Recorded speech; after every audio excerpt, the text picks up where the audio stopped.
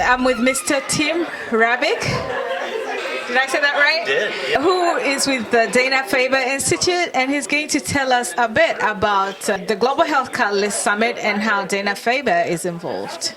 Thank you very much. Well, this is a really important and interesting meeting that's been happening for a number of years now. The reason this is unique is it's bringing together scientists, advocates, policymakers, people from the ministries of health, from all over the world. And that's a fairly unique group brought together to talk about cancer as a problem. And it's not something that happens very often.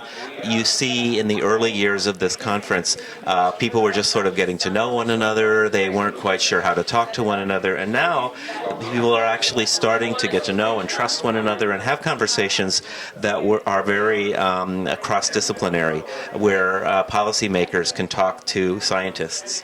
And so this is a really unique, important venue in which this kind of conversation can happen. So it's been wonderful. Yeah, politicians and scientists. That's an interesting blend, but it's quite welcome. Does Dana-Farber contribute to some of the collaborations that are results of the Global Health Catalyst Summit? Yeah, very much so. So first of all, Dana-Farber sponsors this meeting, and we're in the institute itself. So it's been an important thing for us to support through the many years, and things have come out of it. They're raising the visibility of these kinds of activities. Dana-Farber has a lot of influence in the cancer community, and people listen to what Dana-Farber says. We are always at the cutting edge of the kind of work that goes on in this area, and so it really helps when we lead this kind of activity and support it. Others listen and others learn from what we've done, and I think that's a really important role that we can play.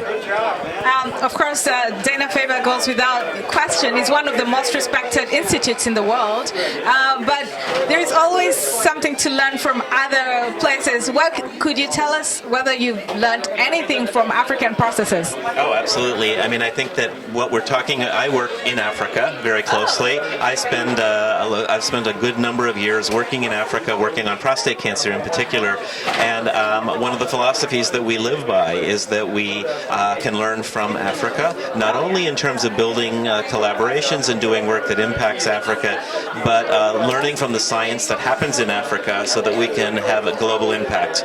So things that people do in Africa research-wise can teach us how to treat cancer in Boston and anywhere else. And I think that's a philosophy we've tried to work on and use the African setting to better our science globally.